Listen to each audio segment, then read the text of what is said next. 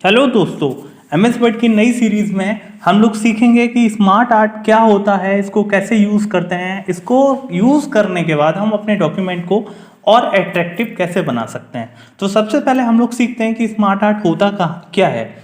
Smart art एक ऐसा art है जिसके द्वारा आप अपने डेटा को बड़े सिस्टमेटिक मैनर में, बड़े डिजाइनेबल मैनर में अपने डॉक्यूमेंट में शो कर सकते हैं।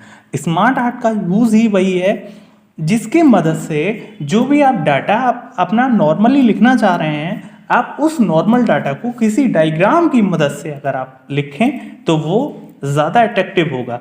स्मार्ट आर्ट का सीधा और सीधा यही फंडा है, नॉर्मल डाटा को अट्रैक्टिव वे में शो करना या नॉर्मल डाटा को अट्रैक्टिव वे में बढ़िया तरीके से प्रेजेंट करना। तो वीडियो शुरू करने से पहले जिन लोगों ने अभी तक हमारे चैनल को सब्सक्राइब नहीं करा है, फटाफट हमारे चैनल को सब्सक्राइब कर दें। हम अपने एमएस वर्ड वाले सेशन में एमएस वर्ड का एक एक टॉपिक आप लोगों तक पहुंचाने की कोशिश कर रहे हैं, बढ़िया से बढ़िया तरीके से शो करने की कोशिश कर रहे हैं। तो शुरू करते हैं, स्मार्ट आर्ट्स कैसे यूज करते हैं। मान के चलिए हमें अपने पूरे स्कूल का डेटा शो करना है या हम अपने फैमिली का डेटा शो करना चाह रहे हैं स्मार्ट आर्ट्स के थ्रू। तो हम कैसे करेंगे? स्मार्ट आर्ट ऑप्शन पे, स्मार्ट आर्ट के लिए सबसे पहले हमको इंसर्ट पे क्लिक करना होगा। तो मैं एक नया फॉर्मेट खोल लेता हूं। हम पहुंच गए, थोड़ा सा साइज इसका कम कर लेता हूं। यस, यहाँ पे हमें सबसे पहले हमने इंसर्ट पे क्लिक करा। इंसर्ट पे क्लिक करने के बाद आपके सामने स्मार्ट आर्ट का ऑप्शन आ रहा है। स्मार्ट आर्ट पे क्लिक करा। अब यहाँ पर ये जितनी भी सारी की सारी दे रखी हैं, ये हमारी स्मार्ट आर्ट हैं। अब आप ये देख लीजिए कि आपका डाटा किस हिसाब का है और किस हिसाब की स्मार्ट आर्ट में फिट बैठेगा। यहाँ पर बहुत सारी डिज़ाइन है। जिस तरीके से आप कोट लेने जाते हैं तो आपके सामने बहुत सारे कलर के कोट, बहुत सारे साइज के कोट अवेलेबल होते हैं। आप उसको एक एक करके ट्राई करते हैं या फिर आप ये ट्राई करते हैं कि मेरे हिसाब का कौन सा वाला कोट फिट बैठेगा। वहाँ से आप अपने अकॉर्डिंग कोट को चूज़ कर लेते हैं। इसी तरीके से जब आप इंसर्ट में जाकर स्मार्ट आर्ट के ऑप्शन में जाएंगे तो आपके सामने बहुत सारी स्मार्ट आर्ट्स यहाँ पे दिखाई दे जाएंगी। आपको उनमें से अपने हिसाब से, जिस हिसाब का आपका डाटा है उस हिसाब से स्मार्ट आर्ट चूज़ करनी है। मेरे हिसाब के लिए तो हायरार्ची वाला स्मार्ट आर्ट सही है, तो मैंने हायरार्ची वाला स्मार्ट आर्ट चूज़ करा और इसमें से मैंने ये वाला हायरार्ची चूज़ करी। ओके करके मैं पहुँच गया इसके अंदर। अब मुझे अपनी पूरी फैमिली का डाटा शो करना है, तो यहाँ पे सबसे पहले मैंने क्लिक करा और मैंने लिखा यहाँ पे ग्रैंडफादर। मैं यहाँ पे किसी का नाम नहीं लिख रहा हूँ, मैं डायरेक्ट ग्रैंडफादर लिख रहा हूँ, यानी मेरे घर में सबसे बड़े मेरे बाबा जी। उसके बाद मेरे बाबा के 3 बच्चे यानी 3 बेटे। सपोज मैं उनका नाम लिख देता हूँ ए, सन ए, यहाँ पर सन बी। अब मुझे एक और ऐड करना है, तो एक ऐड करने के लिए मैं यहाँ पे क्लिक करूँगा और यहाँ पे क्लिक करने के बाद राइट क्लिक करूँगा। राइट क्लिक करने के बाद ऐड शेप का ऑप्शन आ रहा है। किसका ऑप्शन?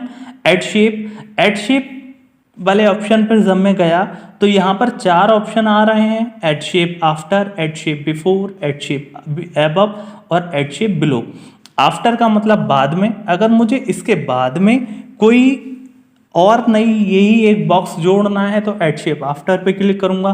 पहले जोड़ना है तो बिफोर पे क्लिक करूंगा। ऊपर जोड़ना है तो अबव पे क्लिक करूंगा। नीचे जोड़ना है तो बिलो पे क्लिक करूंगा। मेरे सिचुएशन के हिसाब से मुझे इसको ऐड शेप आफ्टर पे क्लिक करना है। ऐड शेप आफ्टर पे क्लिक करा। जैसे ही ऐड शेप आफ्टर पे क्लिक करा, एक नया बॉक्स और खुलकर आ गया। यहाँ पर मैं क्लिक करके राइट क्लिक करूंगा। राइट क्लिक करने के बाद मैं एडिट टेक्स्ट पर क्लिक करूंगा। एडिट टेक्स्ट पर क्लिक करने के बाद मैं यहाँ पे लिख दूंगा सन सी। अब मान के चलिए सन ए के 2 यानी 2 बेटे हैं। यहाँ पे सपोज मैं लिख दिया यहाँ पे A1 और यहाँ पर A2। सन बी के 3 बेटे, सपोज B1 अब फिर से मुझे शेप ऐड करनी पड़ेगी, तो क्लिक करा, राइट क्लिक करा और ऐड शेप आफ्टर B1, यहाँ पे edit text B2, option C के 4 बेटे।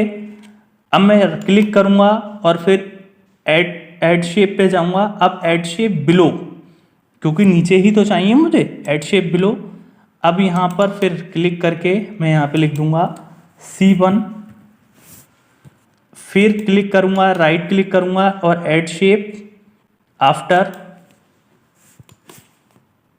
Edit text C2, click, right click, add shape after. I think आप समझ गए होंगे मैं आपको क्या समझाना चाह रहा हूँ। तो यहाँ पर क्लिक करके एडिट टेक्स्ट और C3। इसी तरीके से मैं और भी इसमें ऐड कर लूँगा। अब बात आती है इसकी फॉर्मेटिंग की, तो इसकी फॉर्मेटिंग कैसे करें। आप जहाँ चाहें वहाँ अपनी शेप को ऐड कर सकते हैं। तो देखिए स्मार्ट शेप्स के थ्रू हमने, स्मार्ट आर्ट के थ्रू हमने अपने डाटा को कितना बढ़िया तरीके से सिस्टमेटिक ढंग से यहाँ पे शो करा। यहाँ पे आप चेंज कलर पे, यहाँ पे आप इनके कलर्स को भी चेंज कर सकते हो। आप जिस हिसाब से करना चाहो आप उस हिसाब से भी इसमें काम कर सकते हो। यहाँ पे बहुत सारे इसमें और भी हैं, ये रहा। आप जैसा चाहो आप उसमें वैसा कलर कॉम्बिनेशन दे सकते हो।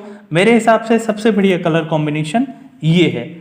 अब ये रहा हमारा स्मार्ट शेप्स। आई होप आपको स्मार्ट शेप समझ में आ गया होगा। अगर और भी कोई इसमें सिस्टम से अगर आप और भी कोई लेआउट लेना चाहें तो आप और भी लेआउट यहाँ से चूज कर सकते हैं। आप देखिए इस तरीके का लेआउट भी अगर आप लेना चाहें तो आप इस तरीके का भी ले सकते हैं। इस तरीके का लेना चाहें आप इस तरीके का भी लेआउट ले सकते हैं। ये तो मैंने ऑलरेडी ले ही रखा था, तो जिस हिसाब से चाहें आप उस हिसाब से अपना लेआउट ले सकते हैं। आई होप आपको ये चीज़ समझ में आ गई होगी। स्मार्ट आर्ट का मतलब, स्मार्ट आर्ट से आप क्या काम कर सकते हैं, आप अपने डाटा को बढ़िया तरीके से शो कर सकते हैं, रिप्रेजेंट कर सकते हैं। और इस पर क्लिक करके आप इसके फॉर्मेट को भी यहाँ से आप बढ़िया तरीके से फॉर्मेट पे क्लिक करके शेप को भी भर सकते हैं। आप जिस हिसाब से शेप्स को भरना चाहें, यानी आपको पूरा ही ये सिलेक्ट करना पड़ेगा, या फिर अगर आप एक एक करके सिलेक्ट करना चाहें तो आप एक एक करके भी इस शेप्स को बढ़िया तरीके से कर सकते हैं। जैसे इसको करना चाहें, इस पर क्लिक करके यहाँ पे शेप फिल आप ग्रेडियंट से, टेक्सचर से जैसे चाहें वैसे आप इसको भर सकते हैं। तो ये चीज़ तो मैं आप लोगों को पहले वाली वीडियो में बता चुका हूँ, ठीक है। अगर आपको नहीं भरना, पिक्चर से भरनी है, तो यहाँ से आप पिक्चर्स से भी आप इसको भर सकते हैं। तो जिस हिसाब से आप चाहें आप उस हिसाब से अपने डाटा को कंप्लीट कर सकते हैं। आई होप आपको स्मार्ट आर्ट समझ में आ गया होगा। Thank you.